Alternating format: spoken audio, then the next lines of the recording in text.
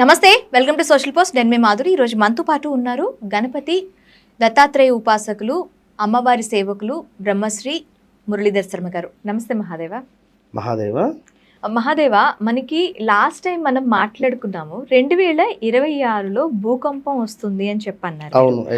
అది మనకి అరకులో మనకు ఒక 5 days బ్యాక్ భూకంపం వచ్చింది అని చెప్తున్నారు. సో మనం అంటే ఒకవేళ ముందే భవిష్యత్తు తెలుసుకోవాలి, ప్రకృతి గురించి ముఖ్యంగా తెలుసుకోవాలి అనుకుంటే ఈ మధ్య కాలంలో మనకి అన్ని దేశాలు కూడా యుద్ధానికి సై అంటే సై అంటూ ఉన్నాయి. సో ఈ 2030 వరకు ఇలాంటి వాతావరణాలు ఇంకా ఉంటాయంటున్నారు. అసలు భౌగోళికంగా ఎలాంటి వాతావరణాలు మనం ఇంకా చూడొచ్చు? తప్పకుండా అమ్మా. గత వీడియోలో సుమారుగా ఒక 15 days బ్యాక్ మనము ఈ యొక్క భూకంపం గురించి డిస్కస్ చేశాం. అరకు రిలేటెడ్ రావడం జరిగింది. ఈ విషయము వాస్తవానికి పెద్ద మొత్తంగా వైరల్ కాలేదు. ఇది ఎందుకు వైరల్ కాలేదు అంటే అక్కడ ఉన్నటువంటి ప్రజలు మాత్రమే గమనించారు. లైక్ అక్కడ మరి ఎందుకు వైరల్ కాలేదో ఏమిటో సోషల్ మీడియాలో నష్టం పెద్దగా జరగలేదు. అవును. అయితే ఎందుకు నాకు ఈ విషయం ఎందుకు అంటే వాస్తవానికి అక్కడికి బ్రాహ్మణులకు సంబంధించినటువంటి ఒక కుటుంబం నుండి ఒక ఫ్యామిలీ వెళ్ళింది అన్నట్టు, ఒక టూర్ రిలేటెడ్. మురుడేశ్వరు లైక్ అవంతా మన వైజాగ్ ఇవన్నీ వెళ్ళేటువంటి క్రమంలో వారి పోస్ట్ చూసి నేను షాక్ అయినా. ఫేస్బుక్లో వారు పోస్ట్ పెట్టారు, జస్ట్ మిస్, ఈశ్వరుని యొక్క కృప వల్ల మేము ఈరోజు బయటపడడం జరిగింది, చాలా ఘోర విపత్తు ఇది అని చెప్పి వారు. చూద్దాం ఆ వీడియో ఉందో, ఒకవేళ నేను అది లైవ్లో వీరికి వినిపించేటువంటి ప్రయత్నం చేస్తా.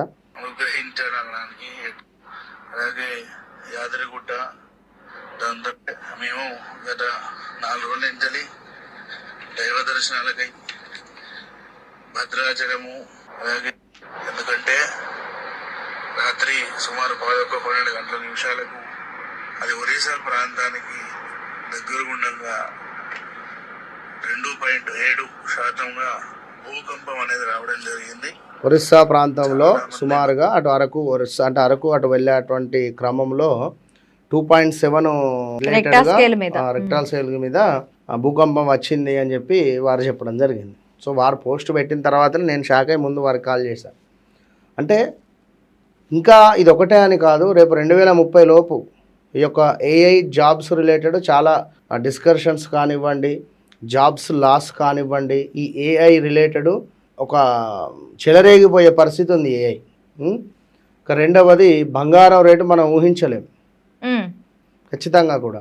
ఒక తీవ్రమైనటువంటి కరోనా రిలేటెడ్ ఉండేటువంటి ఒక మహమ్మారి మళ్ళీ ఈ రాబోయే 2030 లోపు ఖచ్చితంగా మనల్ని దెబ్బతీసే పరిస్థితి ఉన్నది. అదేవిధంగా నీటికి సంబంధించినటువంటి ఇబ్బందులు చాలా ఎదుర్కొనేటువంటి పరిస్థితి ఉన్నది. సో ఈ 2030 లోపు ఇవన్నీ ఉన్నవి.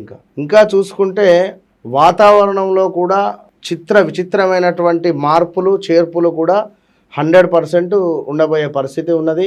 ఇంకా ఒక కొత్త సాఫ్ట్వేర్ కానీ లేదా ఒక కొత్త రకమైనటువంటి టెక్నాలజీ కానీ మనము చూడబోతున్నాం అనడంలో ఎలాంటి అతిశయోక్తి లేదు.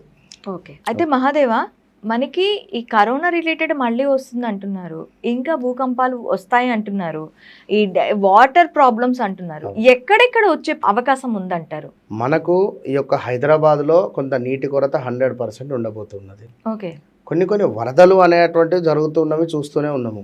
కరోనా రిలేటెడ్ కాదు కానీ ఏదైనా ఒక ఇబ్బంది కలిగించేటువంటి మనకు హెల్త్ రిలేటెడ్ ఎందుకమ్మా, మొన్న ఒక 1 month బ్యాక్ చూస్తే ఈ కరోనా రిలేటెడ్ ఏదో కొత్త వైరస్ వచ్చింది అని చెప్పి మనం న్యూస్ కూడా చూసాం. అమెరికాలోనో యూరోప్లోనో ఎక్కడో లైక్ విన్నారా? సో చెప్పలేము, ఎందుకంటే 2030 అంటే ఇంకా మనకు 4 సంవత్సరాలు ఉంది.